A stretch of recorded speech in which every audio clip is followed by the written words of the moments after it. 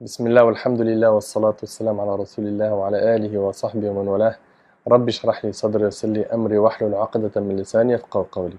Mes frères et sœurs, assalamu alaikum wa rahmatullahi wa barakatuh. On continue toujours l'explication de ce magnifique hadith qui parle de cette catégorie de personnes qui seront sous l'ombre du trône d'Allah Azza wa Jal le jour où il n'y aura d'ombre que la sienne.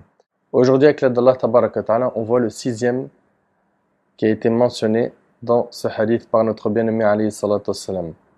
Un homme qui a donné une aumône si discrètement que sa main gauche n'a pas su ce qu'a donné sa main droite. Il s'agit en fait d'une personne sincère, une personne discrète. Vous savez, quand on fait des bonnes actions, il faut s'habituer à les faire de manière discrète. Pourquoi? Pour garantir qu'il y ait des actions qu'on ait fait sincèrement pour Allah subhanahu wa ta'ala. Parce que quand on fait des bonnes actions et qu'on les dit aux gens, on n'est pas à l'abri de l'ostentation. L'ostentation, c'est quoi? C'est de faire des adorations. Pas pour Allah, mais pour les gens. Pour mériter l'éloge des gens, les compliments des gens. Qu'on nous flatte, qu'on nous montre du doigt comme étant quelqu'un de pieux, une personne pieuse. Et selon Abdullah ibn Ja'far radiyallahu anhu, le prophète sallallahu alayhi wa sallam a dit: l'aumône discrète éteint la colère du Seigneur. L'aumône discrète éteint la colère du Seigneur, rapporté par Al-Imam Al-Tabarani. En islam, on fait les choses pour Allah seulement. Pas pour que les gens disent de nous du bien. Les gens, s'ils disent de nous du bien, alhamdulillah, ils disent de nous du mal, alhamdulillah. Nous, on n'est pas là pour chercher la satisfaction des gens. Le plus important pour nous, c'est la satisfaction d'Allah subhanahu wa ta'ala. C'est pour ça qu'on va se concentrer sur quoi? Sur la sincérité dans l'action, la sincérité dans l'adoration. Faire très attention à ne pas mélanger notre adoration par quoi? Par al-riya, l'ostentation, qui est dans un hadith mentionné comme étant le petit shirk. Le petit shirk, la petite association. Et c'est gravissime de tomber dans l'ostentation, mes frères et sœurs. Pourquoi? Parce que ça annule la bonne action. Tomber dans l'ostentation, c'est gravissime car ça annule la bonne action que l'on a accomplie. Un homme qui a donné donc une aumône si discrètement que sa main gauche n'a pas su ce qu'a donné sa main droite. La solution pour ne pas tomber dans l'ostentation, c'est d'être discret. Selon Sa'd ibn Abi Waqqas, le prophète sallallahu alayhi wa sallam a dit: Allah aime le serviteur pieux, riche et discret. Et quand il parle de richesse ici, il parle de la richesse du cœur. Allah Azza wa Jal, il aime le serviteur pieux, riche et discret. Sois donc discret quand tu fais des bonnes actions. Le hadith il est rapporté par l'imam Muslim. Ça veut dire que tu veux parrainer un orphelin, fais ça de manière discrète. Tu n'es pas obligé de le dire à toute la terre. Ok? Bien sûr, des fois c'est bien de dire certaines bonnes actions pour motiver d'autres, mais fais en sorte que la majorité de tes actions soient faites de manière secrète. Il y en a que tu ne pourras pas cacher, comme le jeûne du mois du Ramadan, comme le fait d'aller à la mosquée pour prier en groupe. Ça, il n'y a aucun problème dessus. Nous, on parle de ce que tu vas faire en surrogatoire.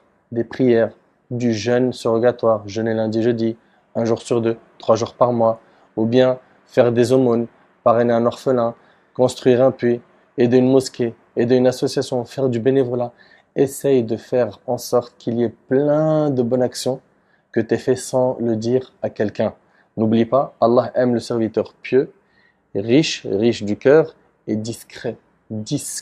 Et écoute quelques histoires très rapides de nos ancêtres dans leur discrétion afin que tu puisses comprendre comment est-ce qu'il faut être réellement. Zayn al-Abidin, Ali ibn al-Hussein, ibn Ali ibn Abi Talib, donc un descendant du prophète alayhi salatu wassalam, des gens à Médine l'appelaient l'avare. Essayez d'imaginer, subhanallah. Il fait partie de la famille du prophète sallallahu alayhi wa sallam. Et après sa mort, ils se sont aperçus d'une chose étrange. 100 familles à Médine sont venues dire que chaque nuit, il y avait quelqu'un qui frappait à la porte, mettait de la nourriture et partait. Et ils n'ont jamais réussi à savoir qui c'était. C'est lors de sa mort que l'on s'est rendu compte que c'est lui. 100 familles à Médine sont venues dire que chaque nuit, il y avait quelqu'un qui frappait à la porte, mettait de la nourriture devant la porte et partait. Et ils n'ont jamais réussi à savoir qui c'était. C'est lors de sa mort que l'on s'est rendu compte que c'était lui. C'est-à-dire que, subhanallah, certains le voyaient comme étant un avare dans la vie d'ici-bas et il était connu auprès d'Allah comme étant quelqu'un de généreux. Et ça s'appelle cacher ses bonnes actions, être discret. Et attention, il y a des gens qui vont cacher leurs péchés. Et c'est très bien, et c'est ce qu'il faut faire. Le plus intelligent, c'est celui qui va cacher ses bonnes actions. Tamim ad-Dari radiyallahu anhu fut interpellé par un homme qui lui a dit: combien de prières pries-tu la nuit? Tamim se mit en colère et répondit: par Allah, je préfère ne prier aucune prière, ou même prier une seule prière en cachette, que de prier toute la nuit et de le dire aux gens. Voilà, la discrétion. Daoud ibn Abi Hind, c'est Ibn al-Jawzi qui rapporte cela dans Sifat al-Safwa. Il a jeûné pendant 40 ans, le lundi et le jeudi, sans que quelqu'un dans sa famille ne le sache. Il mangeait bien le matin, il sortait pour aller au travail, subhanallah, et ça a été pendant 40 ans. Imaginez, bon, 40 ans, il a caché son jeûne surrogatoire. Il mangeait bien le matin, et à midi, quand sa femme lui préparait à manger, il l'emmenait avec lui au travail. Il leur faisait aumône, et le soir, quand il rentrait, il mangeait comme si de rien n'était. Sois donc discret, mon frère, sois donc discrète, ma sœur. Et attention, ne comprends pas que si tu fais une aumône de manière non discrète, que tu as forcément des péchés. Des fois, c'est bien pour inciter les gens à faire du bien.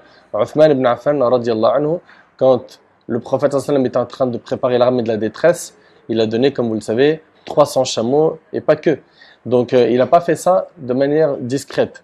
Il y a des adorations qu'on fera de manière discrète, d'autres qu'on fera de manière publique, mais il faut que dans l'ensemble, on essaye de mettre le paquet surtout sur les adorations faites discrètement, qu'Allah subhanahu wa ta'ala nous accorde la sincérité, qu'Allah azza wa jal nous facilite d'être sous l'ombre du trône d'Allah azza wa jal le jour où il n'y aura d'ombre que la sienne. Il ne nous reste plus qu'une catégorie et je vous dis à très bientôt inshallah. هذا والله أعلم سبحانك اللهم وبحمدك أشهد أن لا إله إلا أنت أستغفرك وأتوب إليك